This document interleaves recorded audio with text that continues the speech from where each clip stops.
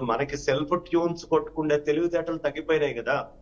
అందుకని మ్యూజిక్ డైరెక్టర్లు ఏం చేస్తున్నారు, వాళ్ళకి సొంత ట్యూన్ కొట్టగలిగే శక్తి లేక ఉన్న ట్యూన్ కి ఇష్టం వచ్చినట్టుగా పెట్టడం ఒకటి.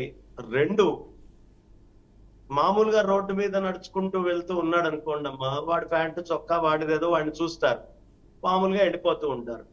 కానీ నడి కూడల్లో నిల్చొని ఉన్నట్టుండి చొక్కా పరాపరా చించుకొని గాడిదలాగా ఓండ్ర పెట్టి ఓ మట్టి కుండ బగలగొట్టాడు అనుకోండి మధ్యలో నిల్చొని, ఏదో విచిత్రం ఉంది అని జనాలు మూగి చూస్తారు. అలా కొట్టేవాడి మెంటాలిటీ ఏదో ఈ పాట రాసినటువంటి వాడి మెంటాలిటీ కూడా అంతే స్థాయి మెంటాలిటీ. ఇది ఇప్పుడు ఒక చిన్న మాట అమ్మ, మనకి జనగణమన పాట ఉంది.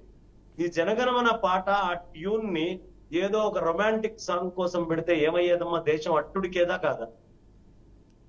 అది ఎంత ఘోరమైన అపరాధమో, గోవిందుడికి సంబంధించి ఆయన పరాత్పరుడు, ఆ భగవంతుడు అత్యంత ప్రేమతో భక్తితో ఆయన మీద కట్టుకున్నటువంటి ట్యూన్ ని అపహరించి ఆ ట్యూన్ వాడుకొని ఇష్టం వచ్చినట్టుగా తీయడం అనేది కూడా అంతే దుర్మార్గమైనటువంటి పని.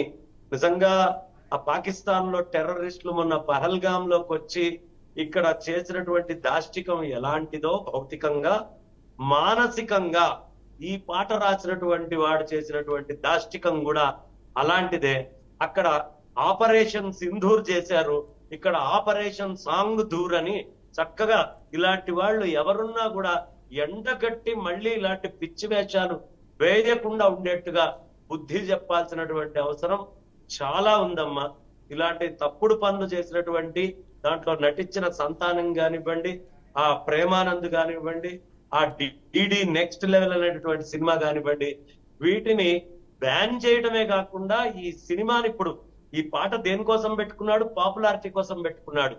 ఈ పాపులారిటీ పాట వల్ల రాకూడదు, అరెస్ట్ చేసి జైల్లో పెట్టి ఈ సినిమాని బ్యాన్ చేసి నష్టపోయాడు అన్న దాని మీద పాపులారిటీ ఇవాళ సమాజంలో ఇలాంటి వాళ్ళకి రావాలి.